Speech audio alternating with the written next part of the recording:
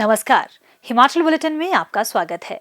Corona के खिलाफ जीतेंगे हम यह लड़ाई, टीका लगवाने में ही है सबकी भलाई। 18 वर्ष से अधिक आयु के व्यक्ति टीकाकरण के लिए पंजीकरण करवाएं। पंजीकरण के लिए www.cowin.gov.in अथवा selfregistration.cowin.gov.in पर लॉगिन कर अपना मोबाइल नंबर दर्ज करें। मोबाइल पर प्राप्त OTP नंबर दर्ज करें और सत्यापित करें। फॉर्म के अनुसार विवरण भरें और स्वयं को पंजीकृत करें। टीकाकरण के उपरांत भी 3 बहुमूल्य नियम अवश्य अपनाएं। हमेशा मास्क पहनें, अपने हाथ साबुन और पानी से नियमित तौर पर अच्छी तरह धोएं और दूसरों से उचित दूरी बनाकर रखें। और अब पेश है आज के समाचार। मुख्यमंत्री श्री जयराम ठाकुर ने आज शिमला से वर्चुअल माध्यम द्वारा राज्य के उपायुक्तों, पुलिस अधीक्षकों, मुख्य चिकित्सा अधिकारियों, सभी चिकित्सा महाविद्यालयों के प्रधानाचार्यों और चिकित्सा अधीक्षकों के साथ प्रदेश में कोविड-19 की स्थिति की समीक्षा बैठक की अध्यक्षता की। इस अवसर पर मुख्यमंत्री ने कहा कि चिकित्सा जगत के लोगों को कोरोना संक्रमण की संभावित तीसरी लहर से प्रभावी तरीके से निपटने के लिए पहले से ही संभावित आवश्यकताओं और आपूर्ति संबंधित कार्य योजना बनानी चाहिए। श्री जयराम ठाकुर ने कहा कि दुनिया भर में यह अनुमान लगाया जा रहा है कि यदि कोरोना वायरस की तीसरी लहर आती है तो यह बच्चों के लिए चिंताजनक साबित हो सकती है। इसीलिए सभी स्वास्थ्य संस्थानों में बाल रोग वार्ड और सेवाओं को सुदृढ़ करने पर अधिक बल दिया जाना चाहिए।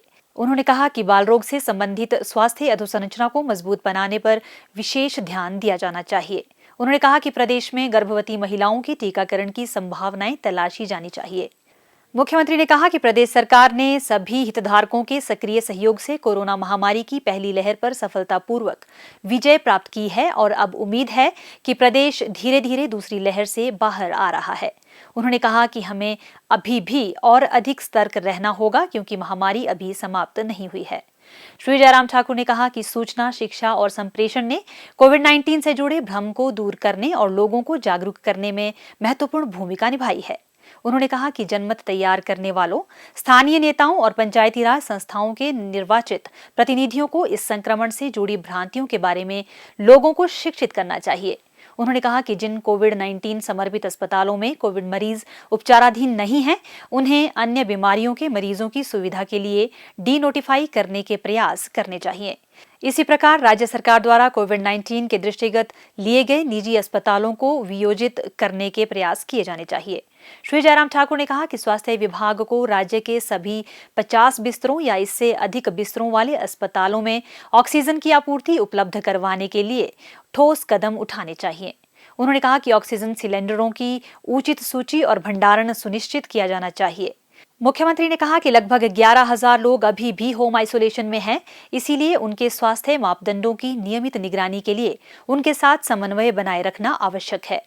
वर्तमान में प्रदेश में 8 PSA ऑक्सीजन प्लांट कार्यशील हैं और 3 अन्य शीघ्र कार्यशील हो जाएंगे।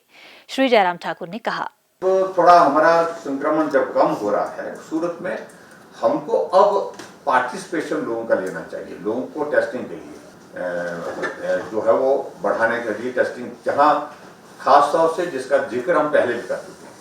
ये कैटेगरी तो ये है कि जो हमारे पास रिकॉर्डेड है वो है जो होम आइसोलेशन में आदमी है, पॉजिटिव आया है, वो हमारे पास रिकॉर्डेड है। लेकिन दूसरा एक ऐसा भी एक ये है कि जो हॉस्पिटल में एडमिट है तो वो भी रिकॉर्डेड है। लेकिन इसके अतिरिक्त ऐसा भी एक बहुत बड़ा ये है कि वो रिकॉर्डेड नहीं है, वो कोविड का वायरस का कैरियर है। सर्दी जुकाम के कारण घर बैठा है, घर बैठ करके वो अपने हिसाब से दवाई ले रहा है। उसने सुना कि काढ़ा से ठीक होता है, काढ़ा ले रहा है, लेकिन सबको मिल रहा है और सबसे बात कर रहा है, यही कह करके सर्दी जुकाम है मुझे। तो ऐसे में मुझे लग रहा, क्योंकि एक तो उस वायरस का जो भी पेशेंट होता है उसको एक सर्दी जुकाम नहीं सही, लेकिन कोविड पॉजिटिव है तो चाहे उसको ज्यादा तकलीफ नहीं हुई, लेकिन फिर भी उसके बावजूद वो कैरियर तो है ही है ना। हमको इस कैरियर को रोकना है, वो एक इम्पोर्टेंट है। उसके लिए जो टास्क फोर्स बनाई, जो जिसको कोविड कंट्रोल करने के लिए जिसमें एक भूमिका रहेगी उसको, तो उसमें मुझे लगता है कि हमको लोगों को, जिनका लोग सुनते हैं, मानते हैं, उन लोगों को भी कांटेक्ट करना चाहिए। ऐसे लोग प्रभावशाली लोग होते हैं, जो लोग जिनके गांव में सुनी जाती है, मानी जाती है बात, तो ऐसे लोगों को भी इन्वॉल्व करना चाहिए। और संभव हो सके तो उसमें जो कोविड पेशेंट रहे हैं और नेगेटिव हो गए हैं, जो एक पीड़ा के दौर में से गुजरे हैं, और जिनको अनुभव है कि कोविड क्या होता है, वो अपने अनुभव करना जिक्र करें लोगों के बीच में, ताकि वो समझे इस बात को किस तरह से उस जो आदमी कैरियर है उसको डिटेक्ट करना, और डिटेक्ट करने के बाद उसको कंटेन करना, कंटेन करने के साथ साथ में उसकी टेस्टिंग करना, टेस्टिंग करने के बाद फिर ट्रीटमेंट करना। ये सारा मुझे लगता है कि ये बहुत महत्वपूर्ण है। सभी अधिकारियों को, चाहे वो हमारे डिप्टी कमिश्नर है, एसपी है, मेडिकल इससे जुड़े हुए हमारे प्रोफेशन से जुड़े हमारे सीएमओज हैं, प्रिंसिपल हैं, डॉक्टर्स हैं, सब लोगों ने अच्छा काम किया है। अपनी ओर से ईमानदारी से काम करना, अच्छा काम करना, ये प्रयत्न हमारा होना चाहिए। मुख्यमंत्री श्री जयराम ठाकुर ने आज शिमला में कहा कि आबकारी एवं कराधान विभाग ने मई 2021 में कुल 500 करोड़ रुपए का राजस्व अर्जित किया है। यह राजस्व मई 2020 में अर्जित 310 करोड़ रुपए की तुलना में 61% अधिक है। मुख्यमंत्री ने कहा कि प्रदेश सरकार ने लोगों के जीवन यापन में संतुलन बनाते हुए वर्तमान महामारी की स्थिति को नियंत्रित करने के लिए ध्यानपूर्वक व्यापक कदम उठाए हैं। उन्होंने कहा कि मौजूदा महामारी के मद्देनजर करदाताओं को रिटर्न भरने में कुछ रियायतें दी गई हैं। इसके बावजूद विभाग ने मई 2021 में 185 करोड़ रुपए का राजस्व अर्जित किया, जो गत वर्ष के इसी माह में अर्जित राजस्व से 56% अधिक है। श्री जयराम ठाकुर ने कहा कि विभाग ने आबकारी मद के तहत मई 2021 में 48 करोड़ रुपए और वैट मद के तहत 234 करोड़ रुपए अर्जित किए। उन्होंने कहा कि पेट्रोल पंपों की कार्य पद्धति में कोई प्रतिबंध नहीं लगाए गए हैं, इसीलिए वैट राजस्व पर बहुत कम प्रभाव पड़ा है।